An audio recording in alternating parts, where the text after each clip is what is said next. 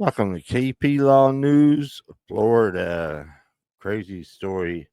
Another officer involved shooting here in Jacksonville, Florida. JSO, or the Jacksonville Sheriff's Office, also known as JSO. And this happened early in the morning, well, about 11, 12 o'clock at night. And I got a notification from Stringer requesting me to go get some footage of this briefing by the sheriff and the chief. It was like 2 a.m., so I was sleeping. I slept through this. Wasn't awake. I seen the message when I got up this morning. This is crazy. Officer involved shooting. So I got the news briefing right here. Let's go over it and see what's going on. We want to share some information with our public about an officer involved incident. So at about 11:20 yesterday evening, patrol officers responded to the 12,500 block of Brahma Bull Circle West to assist fire rescue with the situation. And I'm going to let Chief Parker give you the details. Thank you, Sheriff. Good morning. It's like Sheriff said, just after about 11:20 last night, family members at the residence had called in reference to a male having some type of episode. Came in as that going on, and we were having to go help JFRD with the situation. Officers arrive, and when they get there, they get in the residence, and an interior door toward the back of the hallway was shut and locked. There's loud, like frantic screaming coming from the room. So they go back and they hear it's definitely multiple people screaming in there. So they start to kick the door. It takes a couple kicks to get the door open, and the screaming continues throughout this entire time trying to get in there. They get inside. The room is all disheveled. The bed's turned over. There's stuff everywhere. And laying over the top of the bed, the male, who's our suspect in this, is from behind the lady. He's holding her by the hair, just yelling and screaming, continue to scream. He's holding her by the hair, not letting her go. She's holding on to a young child. We find out later that she is currently pregnant with that gentleman's baby, it sounds like. Meanwhile, they're trying to separate them, so they end up tasing him, and they're able to get her separated at that point. Her and the kids leave the room. She gets the kid out of the room. They continue to give this guy commands while he's, getting tased. He is not compliant. He continues to fight through it. He's screaming, saying some stuff we couldn't really understand. So they're working through that. Couldn't really understand what he's saying. They continue to give commands. He's not compliant at any time. They back out of the room. This goes on. They talk to him for a good 30, 45 minutes. When they arrived on scene, it was 45 minutes before we culminated in the shooting. So they continue to talk to this guy, trying to get him to comply, come out, show him the hands, come out. He finally comes out of the bedroom toward the end. And when he comes out, they try to get him into custody. He's a bigger guy. He fights pretty hard. So they back out. They tase him additional times. At the end, he fights through those tasings, and he gets up and attacks the officers. And there's a group of officers there this time. He knocks one over and into a table and drives the other one all the way through the kitchen, continue to attack. Two officers and a sergeant engage him, and they shoot him, ending the threat at that point. And they're able to, JFRD was already on scene, so they provide immediate medical care.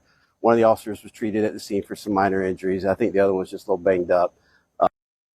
Well, what do y'all think so far? Was this guy having a mental breakdown? Or the cops justified in using this kind of force up to this point? I don't know. Let's continue. Sergeant was not injured from what I understand. At the end, throughout this whole thing, the guy was in and out of whatever he was saying. They couldn't really make sense of it. He's continuing to eat this lady's hair that he had ripped out during the fight inside the room. So during this Continued to eat the lady's hair that he had pulled out. Wow. whole interaction, he's chewing on her hair and everything. So we're not real sure what he was going through. That's all part of what they're looking at. But in the end, he was transported by JFRD after they treated him to a local hospital. He did not survive his injuries. We're still working through identification or anything, so we're not going to release his information at this time. And I'll give you the three officers involved. The first officer is Officer Robinson. His ID is 86355. It's his first officer involved shooting. Second one is Officer Richardson, 83420. It's his first officer involved shooting. And then Sergeant Taylor Jr., 67516. It's his second officer-involved shooting. This is the 11th officer-involved shooting of the year. The scene 11. is still, they're still working the scene over there. The state attorney's on scene conducting their investigation at this time. And with that, we can take a few questions. How many shots were fired? I don't know. There How was many? several. So when How many shots were fired? I don't know. There were several. Remember that question. they first go in the room, he's holding the woman and the baby, commands to stop, he doesn't. When they finally separate them, the woman and the baby leave, the officers leave the room as well? Nope. So he's holding the lady by the hair. She's clutching the kid, kind of covering the kid, if you will.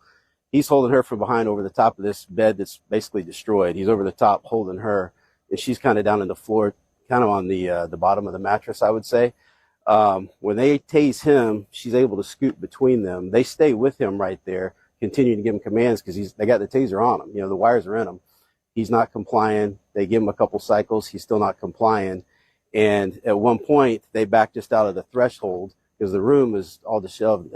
They don't know if there's anything in there, so they step back for a little bit of cover, so to speak, a little bit of space. And that from that point on, it's a good 30, 35, 40 minutes before it ends. They talked to him for a while from that open room right outside. And then when he attacked them, he came through that opening towards them? So when he first comes out of the room, they try to take him into custody. And it's like, if you picture like a little, just a square hallway where there's a couple rooms with doors, that's all it is. He kind of crouches down there and fights from there. They back out. They tase him, a few more tasings, right? A couple of them hit him at the same time with a taser. He then fights through all that and attacks him out into the room and takes the other officer all the way to the kitchen. There were other residents. Hey. I'm sorry? There were other residents in the house. Not when this happened, but in the beginning, they're the ones that called the police, family members. They're all out of the house when this happened. Sheriff, can I just ask what goes through your head when you hear these details? I mean, you got a guy chewing on hair, and the tasers are involved, and he's still not, complying. I mean, knowing that your officers have to make these split-second decisions in a situation like that. I mean, it's difficult to figure out what's going on. You know, you're there, you're trying to bring the situation to a close safely. But you walk in, you see a lady on the ground. He's literally pulling her hair and not letting her go.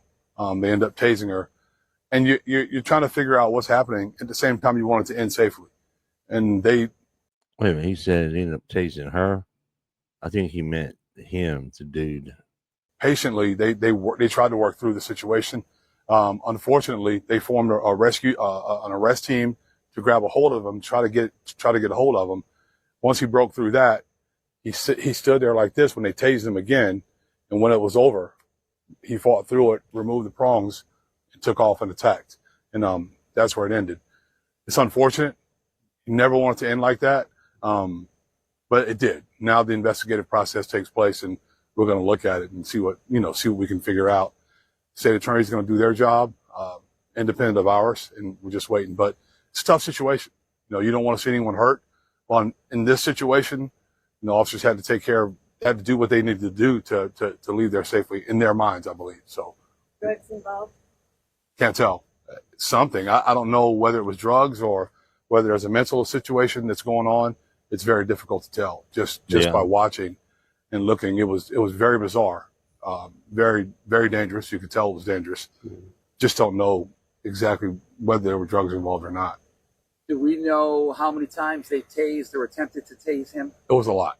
It was a lot. It was all within policy. It was all trying to be done to take him into custody. Because you don't, like I said, in that situation, you want to try to end it as peacefully as possible. It was a lot, but it didn't work.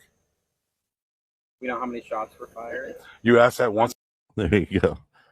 Circus kind of bent right here. already. Yeah. You already asked that once. I apologize. We don't count shots. That's going to be left up to the investigators. Thanks, Sheriff. Thank you. Hey, There you have it.